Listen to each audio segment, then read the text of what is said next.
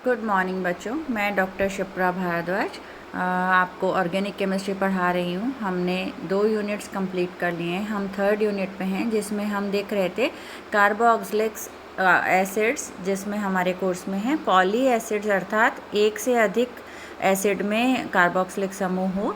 और दूसरा हमारे कोर्स में है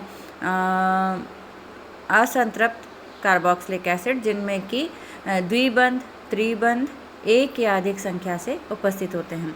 तो हम उनको देखते हैं आज। असंतृप्त कार्बोक्सिलिक एसिड का पहला सदस्य है एक्रोलिक एसिड, जिसका की संरचना आपको यहाँ दिखाई दे रही है। एक्रोलिक एसिड, इसे हम और भी नाम से जानते हैं क्योंकि इसमें 3 कार्बन है। प्रोपियोनिक एसिड IUPAC नाम के अनुसार भी कहलाएगा, या कार्बोक्सी एथोलिन भी कहलाते।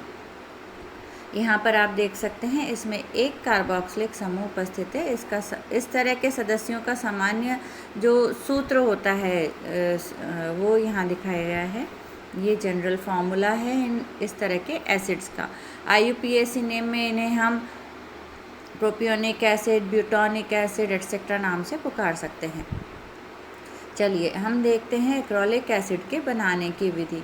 सबसे पहले, क्योंकि हम जानते हैं कि अल्कोहल का अगर हम ऑक्सीडेशन कराते हैं तो फर्स्ट स्टेप में हमें एल्डिहाइड मिलता है, और उस एल्डिहाइड का फर्दर ऑक्सीडेशन करने पर हमें कार्बोक्सिलिक एसिड मिलता है।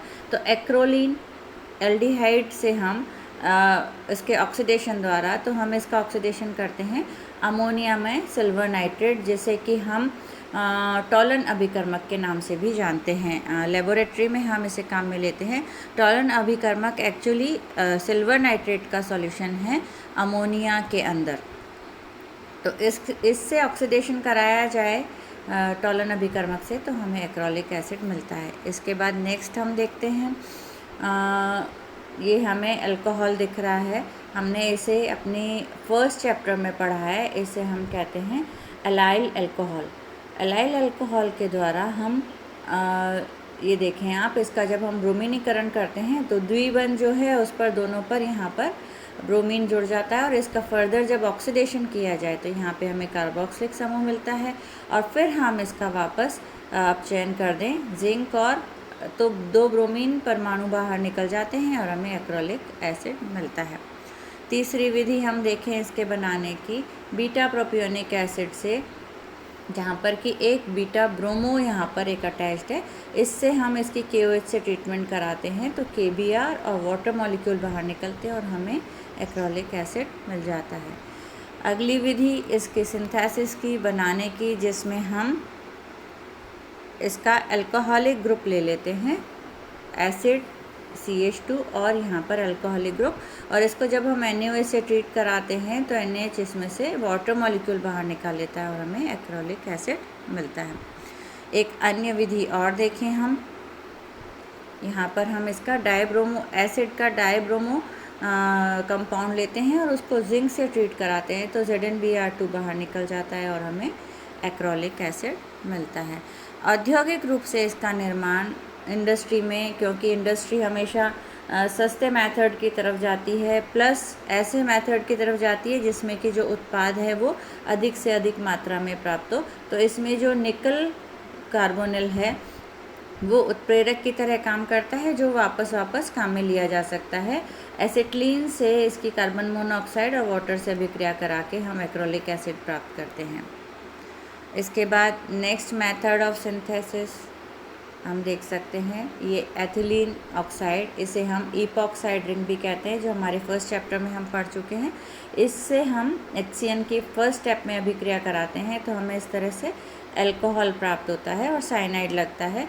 फिर इसके बाद इसको हम सांद्र H2SO4 से ट्रीट कराते हैं, जैसा कि हम पिछले चैप्टर्स में पढ़ चुके हैं। मैं दोबारा आपको बताना चाहूँगी, यदि हम सांद्र H2SO4 काम में लेते हैं तो उसका कार्य होता है किसी भी अणु में से जल को बाहर निकाल लेना, और यदि हम तनु H2SO4 काम लेते हैं तो वो किसी भी अणु में जल को जोड़ने का काम करता है। तो यहाँ हमने सांद्र H2SO4 लिया है, जिसका कार्य इसमें से H2O निकाल लेना है। उसके बाद हमें ये नाइट्राइल मिलता है, साइनाइड को हम नाइट्राइल भी कहते हैं।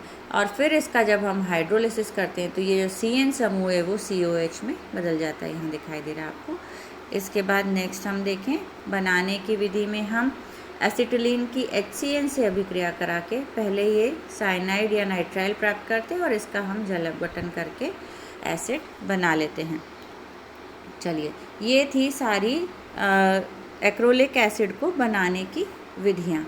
अब इसके आगे हम देख लेते हैं एक्रोलिक एसिड के गुण क्या क्या हैं। ये दो तरह की अभिक्रियाएं दिएगा। इसकी संरचना ऑब्वियसली दिखाती है कि जब डबल बॉन्ड उपस्थित है तो जो अभिक्रियाएं डबल बॉन्ड देते हैं वो देगा, और अभिक्रियाएं COH की भी देगा। तो सबसे पहले लेबोरेटरी टेस्ट इसका हाइड्रोजनेशन करें हम सोडियम और इथेनॉल की उपस्थिति में, तो हमें प्रोपियोनिक एसिड मिल जाता है। नेक्स्ट हम देखें इसका हैलोजनीकरण। तो द्विबंध पे 2 हैलोजन एटम्स हमें यहाँ पर जुड़े हुए दिखाई देते हैं। हैलोजनीकरण किया जाता है। हैलोजन अम्ल के साथ अभिक्रिया करने पर ये हमें एंटी मार्कोनिकॉफ एडिशन प्रोडक्ट देता है। यहाँ देख सकते हैं हम HBr से अभिक्रिया कराई है हमने, तो हमें वैसे H कहाँ यहाँ पर जो Br यहाँ जोड़ना चाहिए था और H यहाँ, जैसा कि मार्कोनिकॉफ का नियम कहता है कि अगर हम किसी हैलो एसिड से अभिक्रिया करा रहे हैं तो जो हाइड्रोजन है वो उस कार्बन पर जाकर जुड़ता है जिस पर कि पहले से अधिक हाइड्रोजन उपस्थित होता है, लेकिन एंटी मार्कोनिकॉफ रूल के अकॉर्डिंग हाइड्रोजन वहाँ जाके जुड़ता है जहाँ पर कम हाइड्रोजन उपस्थित है। तो ये एंटी मार्कोनिकॉफ रूल फॉलो करता है और यहाँ पर हाइड्रोजन आके जुड़ जाता है। इसके बाद नेक्स्ट हम देखें HBr से जो अभिक्रिया है वो उसका हम क्रियाविधि इस तरह से भी लिख सकते हैं कि फर्स्ट स्टेप में ये इस तरह से आकर के जुड़ता है और उसके बाद में हमें वाटर मॉलिक्यूल इससे बाहर निकल करके और हमें ब्रोमो उत्पाद देता है। ये जो हाइड्रोजन है ये यहाँ से रीअरेंज होता है क्योंकि एक ही कार्बन समूह पर 2 OH ग्रुप उपस्थित हैं, तो इसकी स्टेबिलिटी डाउटफुल रहती है। इसीलिए ये हाइड्रोजन यहाँ से इस कार्बन पर जाकर रेजोनेंस के द्वारा हमें ये उत्पाद देता है। चलिए, इसके आगे हम चलते हैं एक्रोलिक एसिड का ऑक्सीडेशन। ऑक्सीकरण जल की उपस्थिति में किया जाता है, तो हमें इस तरह से 2 OH डबल बॉन्ड पर लगे हुए मिल जाते हैं। इसके पश्चात हम देखें जल योजन। H2SO4 जो कि जलीय है वो लेकर के इसके साथ में गर्म किया जाता है, तो इस तरह से एक H यहाँ और OH यहाँ जोड़ करके हमें हाइड्रोक्सी प्रोपियोनिक एसिड देता है। ये सारी अभिक्रियाएं द्विबंध की अभिक्रियाएं थी। इसके बाद में नेक्स्ट है कार्बोक्सिलिक समूह की अभिक्रियाएं, जिसमें आप देख सकते हैं डील्स-एल्डर रिएक्शन। डाइन्स के साथ में जब अभिक्रिया होती है तो हमें इस तरह से उत्पाद प्राप्त होता है। एक्रोलिन की यहाँ अभिक्रिया दिखाई गई है। सेम अभिक्रिया एक्रोलिक एसिड के साथ में भी होगी और यहाँ पर COH समूह हमें प्राप्त होगा। यहाँ आप देख सकते हैं कई सारी डाइन्स की डील्स-एल्डर रिएक्शन यहाँ पर दिखाई गई हैं। इसके पश्चात यहाँ आप देखें नेक्स्ट हम चल देते हैं। यहाँ पर हमने एस्टर के साथ में या एसिड के साथ में डाइन्स की अभिक्रिया दिखाई गई हैं। ये सब अभिक्रियाएं हमने देखी। एक्रोलिक एसिड की अभिक्रियाएं हैं। आपके कोर्स में असंतृप्त एसिड में एक्रोलिक एसिड है। इसके पश्चात अब हम देखेंगे प्रतिस्थापी समूह सहित कार्बोक्सिलिक एसिड, जैसे कि क्लोरो एसिटिक एसिड या उस पर कोई और समूह लगा हुआ हो, हाइड्रोक्सी एसिड्स, इस तरह के एसिड्स हम अपने नेक्स्ट चैप्टर में देखेंगे।